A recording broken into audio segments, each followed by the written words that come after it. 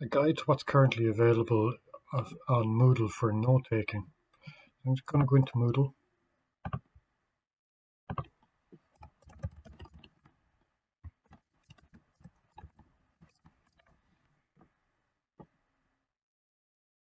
And from my dashboard in Moodle, I'm into the Skills Center folder and the Student Toolkit. Within the Student Toolkit, there's 4 main sections. Today's notes for note-taking are in academic support.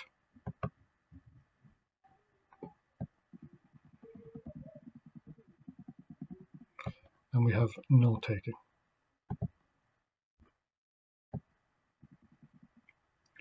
We have 4 main sections. This is the main section, how to take good notes. But then we have a couple of different styles. So we have the Cornell, the chart, and the mind mapping or visual. I won't go through the styles in too great of a detail, or at least I might just focus a little bit more on the Cornell. But before you look at the styles of note-taking, I think it would be really important to look at the how to take good notes page in a little bit of detail. The role of note-taking. So what we're talking about here is your ability to take notes in class or while at home. A lot of your notes are being sent to you out pre-recorded, whether it be by video or pre-recorded PowerPoints. The skill of taking notes is still useful because your pre-recorded notes from your teachers are in their own words. And when it comes to revision for your exams, it's not realistic to expect yourself to be able to go through all the notes from all the year, and that's where your notes become vital, specifically for revision, and really only helpful if your notes are being taken to a good quality. They're not just about taking notes in class and shorthanding what has been said.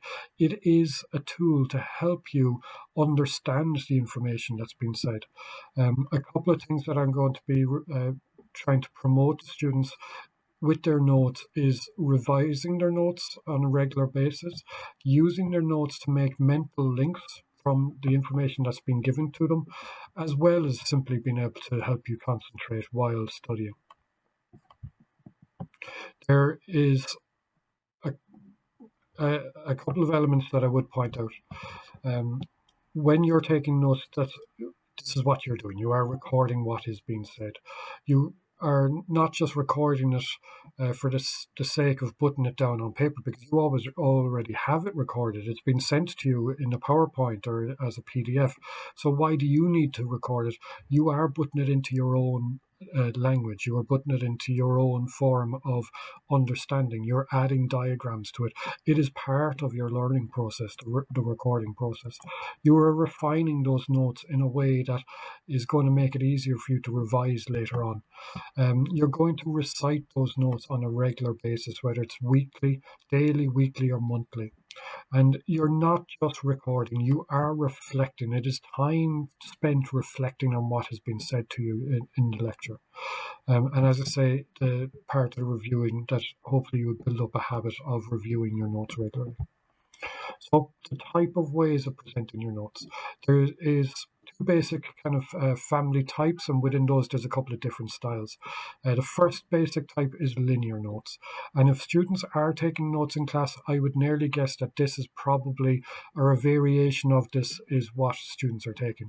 If you forget about the different sections here and just take it that the notes are being written down in almost chronological order from the start of the class to the end of class as you're reading down. That is what I reckon a lot of students who are taking notes, that would be the way to do it. That is the most basic form of note taking, and it works as long as it's been done well. A couple of the basic things that need to be done is make sure that the top of your page is titled with the topic of the class and dated. If Ideally, you should only be using one copybook per component, but if for any reason you're sharing a copybook for different components, that you're using color coding, that you're color coding your sections or color coding your tabs. And even if the copybook is only for one component, color coding is still going to be useful.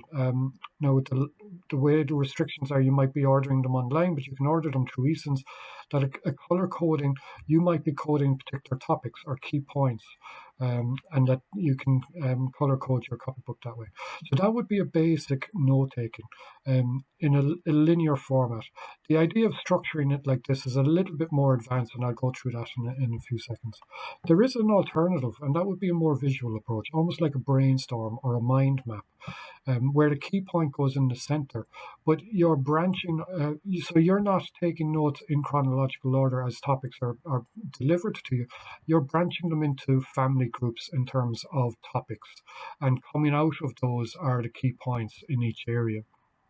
As you see, color coding can be used, but also diagrams can be put in here. So this can become a very visual way. And I think that would be the one reason why I might come away from this approach and into this is when you look at your previous notes, if you're taking notes like this and you just find it hard to re-engage with the content, maybe a more visual approach might be more suitable. In case I forget to mention it in a few minutes, the color coding should be done with purpose. You will sometimes see students using tree-colored pens. So they might use a blue pen, they might use a red, and they might use a green. And that is fantastic, and that can really work. But it only works as long as the color coding is used for purpose. Now, different people will have different purposes, but just to give you an example of what I mean, the blue could mean main points. The red might mean things that need further clarification. Green might mean areas that are important for exams.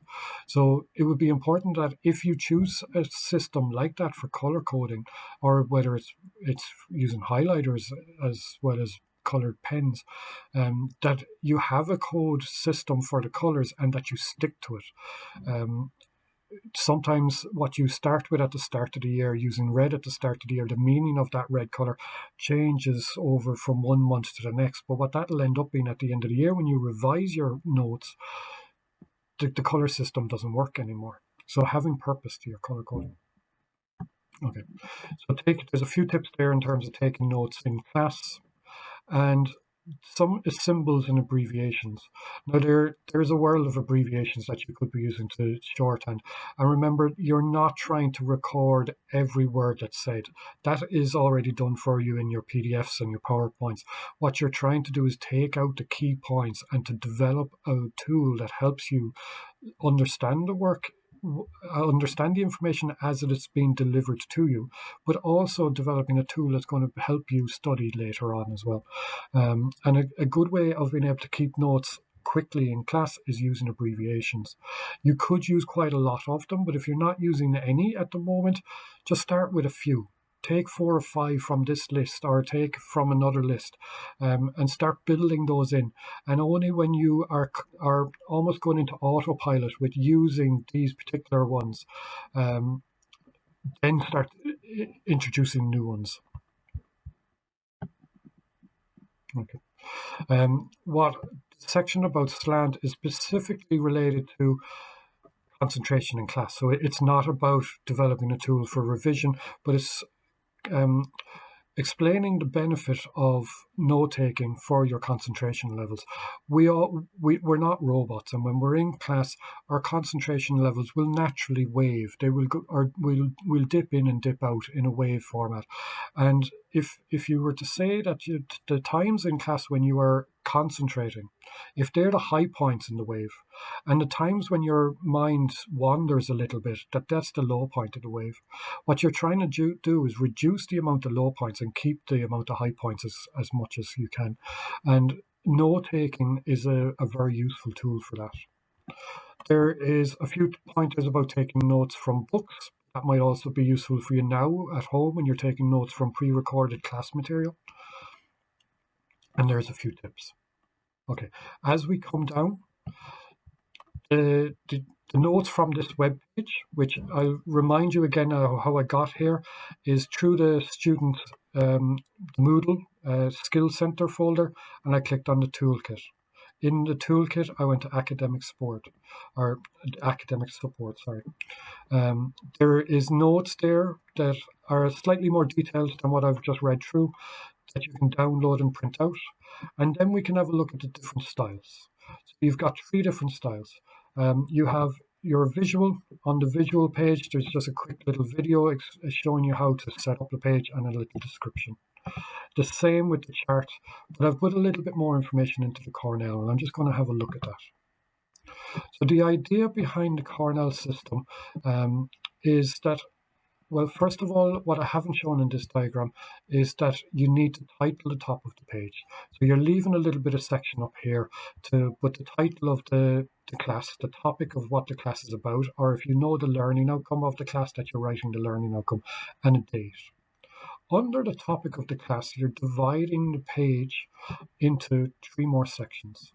Now, proportionately this is off, but this is your main section. So this probably takes up the biggest area of your page. And this is where you are taking your linear notes. So if you're not doing the Cornell system already, this is what you're doing without these 2 other additional sections. You're taking the notes of what's been said in class in a chronological order. But we're adding in 2 new sections. And by the way, this is where you would be abbreviating and shorthanding and only taking key points. You're not trying to record everything. But coming over onto the left-hand side, the column should probably be a little bit thinner than this. But this might be where you are writing down key points, maybe takeaways or items that are very important that are mentioned that they're a possible exam topic. But you're also writing down possible questions or things that you need to act upon, that you need to follow up on, whether you need to go to the IRC or the library to find more information, or you need to go back to your teacher to ask for further clarification. So this is a call upon. It's a call upon section. Down at the very end, we have a summary section. Now, the summary can happen at 1 or 2 different times, but it is a place where you are taking the information, and rather than simply going into autopilot and recording it, here you're putting it into your own understanding and your own language. You're summarizing what just happened. When can that summary be done? Sometimes it can be hard. If in class, it's easier actually when you're at home, when you're remote learning. Once your Zoom class is over, if you're not going from one class straight into another, you have time there at home where you might spend 5 or 10 minutes summarizing what just happened and what was in that class. But when in college, when you're in the physical classrooms, you are finishing one class, and when the class is ended, you're packing your bag and you're leaving the room. It can be hard to summarize at that point. But let's say, for example, you have 3 classes in that day. I'd nearly recommend that you spend 5 minutes or 10 minutes per class at the end of that day doing a summary. So before you leave the college building, sit down for 15 minutes and go back over and summarize what happened that day. So that is helping you log the information that was said in that day from your short-term memory into your long-term memory, and it's helping you revise. It's helping you understand and revise and learn the content. So the idea is, in your note page, you're subdividing your page up. You're recording the key points, you're recording important takeaways or possible questions, and you're summarizing the content. There's a short video here. It's 3 minutes long. It is very well worth watching. I'm not going to play it now here, but you can come in and play it yourself. And as a reminder of where I've come, the Skill Center folder in Moodle, I went into the toolkit, and from the toolkit into academic support, note-taking. In note-taking, you have the key points of how to take good notes and why you'd want to be taking good notes, and then a way of finding your style. And remember, I believe the Cornell style is a very good style. It is a very good style. It might not suit everybody, and there are a few other styles that we've included here as well. Okay, thank you.